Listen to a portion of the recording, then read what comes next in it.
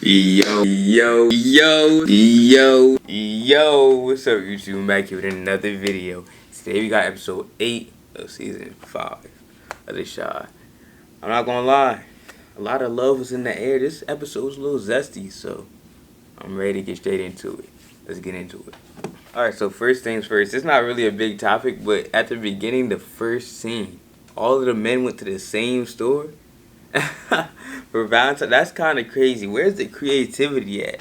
Everybody went to the same store and looked like they got the same card. That's kind of crazy to me.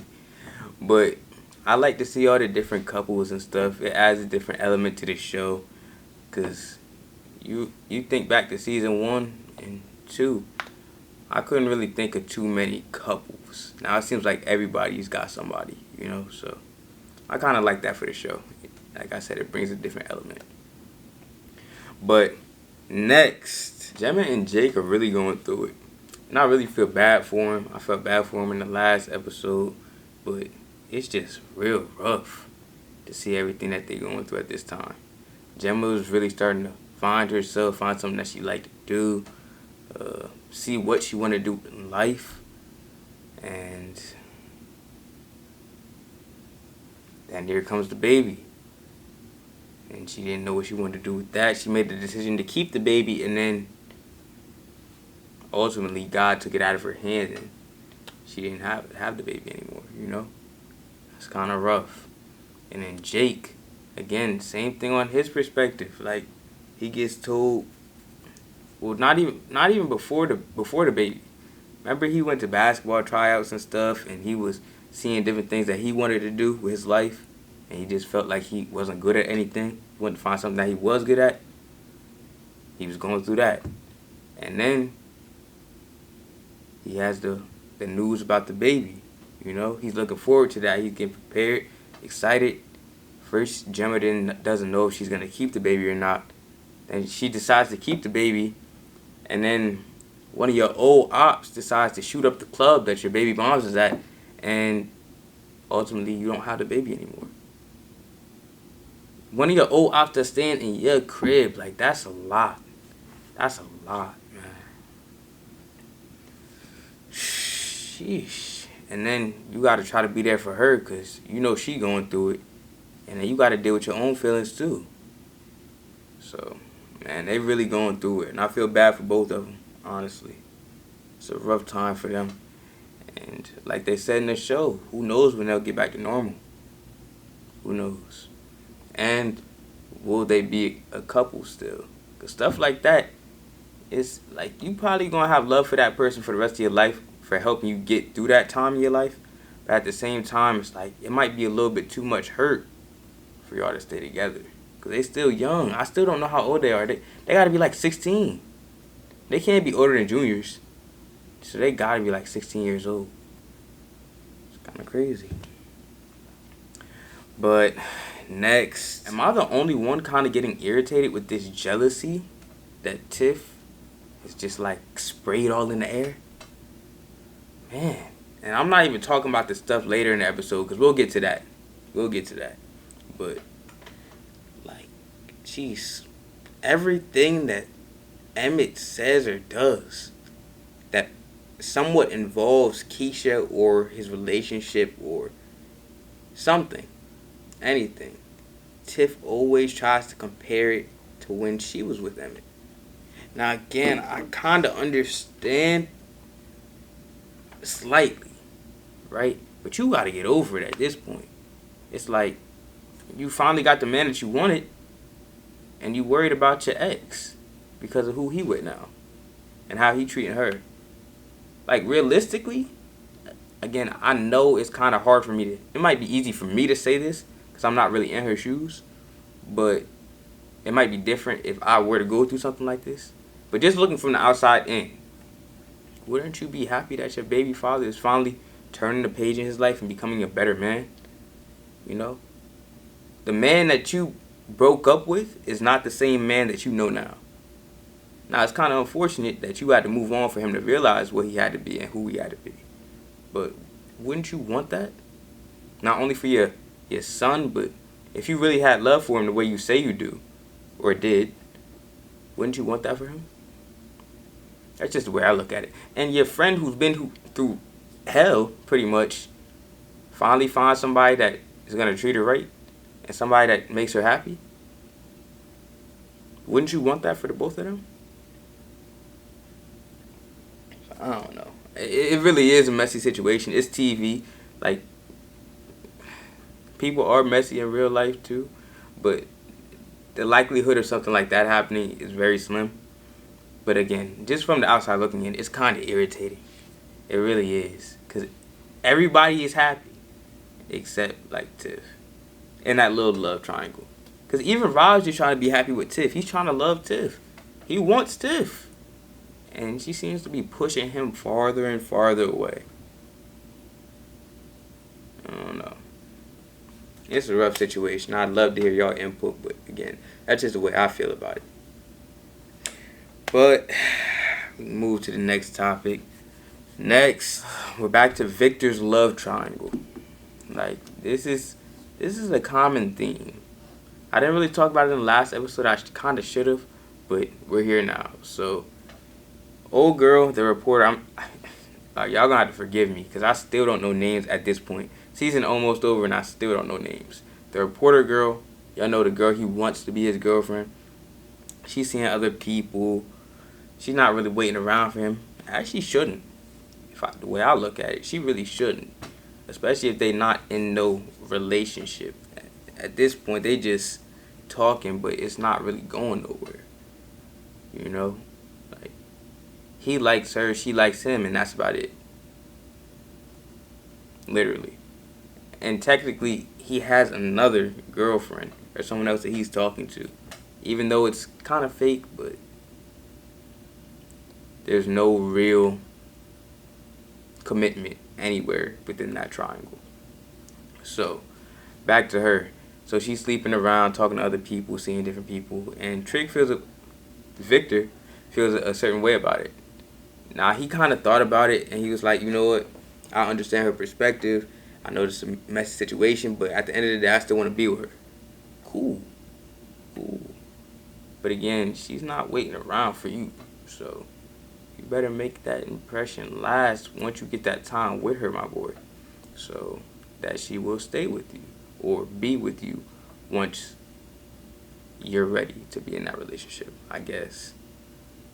I still don't like the idea of you being with this reporter girl because it seems like you keep digging yourself in a deeper hole every single time you talk to her. Every single time. You seem to be making it worse every time. And she's a reporter. One article, one post, one anything, any source that she wants to put any sort of information about you on, you're done. Your image and likeness, your name, all that can be diminished with one click. But I guess he doesn't really care about any of that, so hey, you do what you want. Now let's get on the old girl. Dude's niece, play niece, his fake girlfriend. She's like,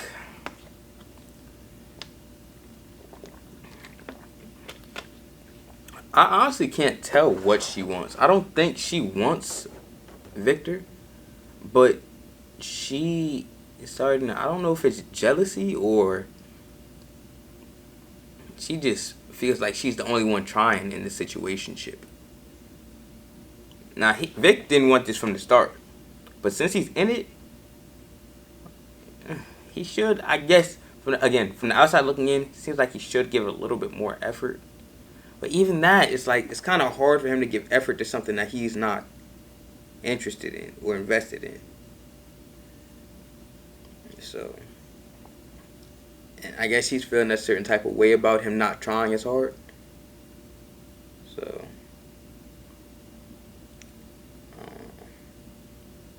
like I said, it's complicated. It really is. And then on top of that, she can't really have no boo either, unless it's in the dark. But obviously, I know what happened later in the episode. We're gonna talk about that later. But she can't have a public figure as a boo. Is what I'm trying to say. So It's a rough situation, man.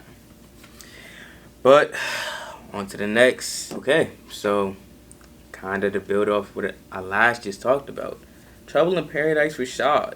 And again, I don't know. Maybe I'm just slow, but do they not be saying these people's names, or are their names just not that important?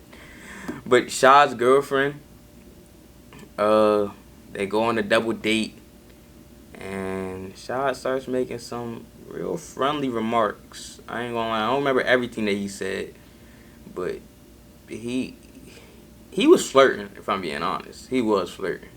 Keep it a whole stat. And the night was already shaky. Then he get back to the cribbo. He started talking crazy. Nah, he was really flirting, blatantly flirting. You look good enough to eat. Those friendly words to y'all? I don't know.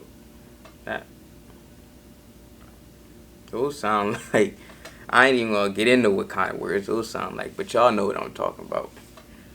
But look, for him to say that is one thing, but for your girl to be in the next room and for her to be able to hear you, you say that loud enough. What are you thinking? Like, what are you thinking, bro? I don't get it. I really don't. But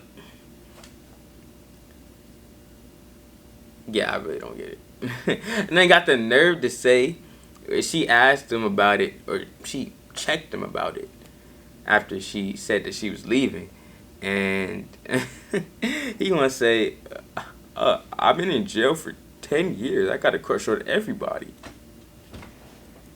Now, that might be honest, but come on, bro. You got to do better than that. You got to do better than that. That's kind of crazy. I ain't gonna lie to you. That's kind of crazy. So she ends up dipping, and and when he did say that, why did Vic say, bro, you being a little too friendly? Why do you care? She's not your girl. But nah, I get it. Maybe he was trying to be a good friend and tell him, like, bro, you got a girl, chill. I think that's more of what it was, to be honest, than him being jealous. But all that happens, and then she walks downstairs. Old girl walks downstairs and starts kissing on my boy, asking him where your girl at. I think her name is Deja, or something like that. Shaad's girlfriend at the moment. Where is she at? She start kissing on him. And, oh, I'm in a relationship or a situation, he said. She's like, so am I. That's tough. Go ahead, Shaad. Go ahead, old girl. Do the play niece with y'all bad selves. Okay. I see y'all. Go ahead and get y'all loving in on V-Day. I get it. I get it. But anyway, let me put that to the side. Let me get on to the next. Alright, so we back on it with Tiff. On her jealous type time. She meet up with Keisha. They chop it up. They don't really even chop it up. Keisha talks and Tiff listens, kinda. But she wasn't really... Tiff hears her. She wasn't really listening. She didn't really care about nothing she was talking about. So she left out of there. And then went to EMMETT crib and tried to I can't even speak. Seduce him. That's real slimy. Again, I guess this her get back though. I guess this her get back. To try to prove to herself that EMMETT hasn't changed. But my boy has changed. I love that for him, man. Yeah, EMMETT. You got you a queen. You done all that cheating and BS. You feel me? You done grown up and became the man you're supposed to be. I love that for you, my boy. I really do. You became the man you supposed to be before your dad did. How that sound? Let's go, man. I really... You feel me? How can you not be proud of that? How can you not be proud of that? I don't know. But, Tiff, I ain't gonna lie, you went out real sad. You went out real sad. And then came back to the man that you almost just cheated on, surprising you with a nice Valentine's Day dinner. You feel me? He's supposed to be dipping off doing some work to bring some bread back for the crib for both of y'all. Handle some business. And he said, you know what? It could wait. I'm trying to be here with you. And you put on a fake smile for him. Whole time you got on some lingerie coming back from your baby father's crib that you keep complaining about and tried to seduce him. And didn't even get nothing. That's tough. That's tough. That's real tough. Tiff, you went out real sad on that one, I ain't gonna lie. But, again, yeah, I'm real proud of Emmett. Yeah, Emmett, I'm gonna keep saying that, but I'm proud of my boy. But let me get on to the next topic. Next. Alright, so last scene of the episode, Jada and Darnell actually had me cheesing, bruh. Watching this last scene, man. I was proud, just as proud of Darnell as I was with Emmett. Like, that's real.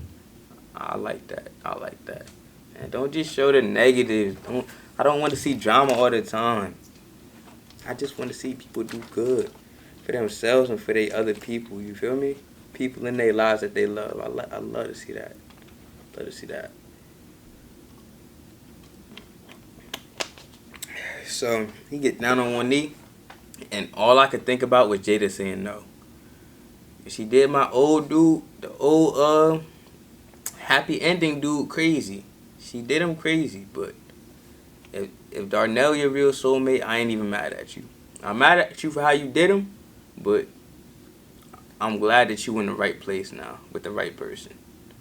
So it's better that you say no to somebody that you don't love rather than saying yes and it's not no real love there. So I give her that. Again, the way she handled it, but she ended up where she needed to be. Hopefully. Season ain't over yet. Something could change like that. So, but yeah. But other than that, man, I'm gonna wrap up this episode, this video. Just talk about some other things that wasn't really big topics, but we could get into Papa and Bakari Jabari. You know that dude. I should start calling him No Name. I don't even rock with him like that. But anyway, Papa and I forgot his real name. No Name. Papa and No Name chopping it up. And Papa tell him, yo, you need to handle your business and go apologize. Because it's not cool. You feel me? Papa, you still in the wrong for being in a whole middle-aged situation, but we're not going to get into that right now. So he's like, all right, I'll apologize if you write this note for me to Lene or whatever. And for somebody who talk so crazy, like dude be talking, he got no game. For you to talk that reckless, you got no game, bro. Did you see how he was last episode when he approached Lene? That was terrible. I've never seen anything like that in my life. Like, actually, no, I have. But, like, that was still terrible. It was really rough. And then he gonna pull up to the crib when Papa and Lene was there, and he talking about something. Happy Valentine's Day. Like, bro, what? She can't even hear you. Speak up. Like, he make me so mad. He make me so mad. And then she tell him go handle that and go apologize or whatever, and then we can hang out. Like, Lene, this is your type? That's your type? But again, I get it. It's a show. It's a show. Let's move on to the other little young couple or whatever. Kevin and his girl, they have a little Valentine's Day. She's still odd, but I like her energy, so I'm going to let her rock. She don't get my boy Kevin nothing? That's crazy. And he actually came up with a real creative gift. I was getting on the men earlier for not having no creativity. They all went to the same store and bought that same card. But Kevin, I guess he went and did a little extra and he got her the star. Like, that's creative. I rock with that. I might steal that one day. I might actually steal that one day. And yeah, it seemed like they in a good place. So happy for them. And she actually does seem to make Kevin better. Like, so I rock with that as well. let's get on to the next couple. Jada and Kevin's mom. Again, I'm terrible with these names. But they seem to be in a good place. I don't really like Kevin's mom like that. She's very aggy to me. But Jada holding her down, even after cheating. That's a real one. Came in her life, she had 2 kids already. And just been her rock ever since. I rock with Dre heavy. I do. But again, I like to see people happy, so it seemed like they had a happy Valentine's Day, so that was good. But it's still a lot to unfold, man. Still a lot to unfold. Y'all tap in with me. I'm going to stay tuned. But other than that, that's going to end up this reaction or episode. I'm not going to take a like, comment, share, or subscribe. Because if y'all rock with me, y'all going to do that anyway. And I'm going.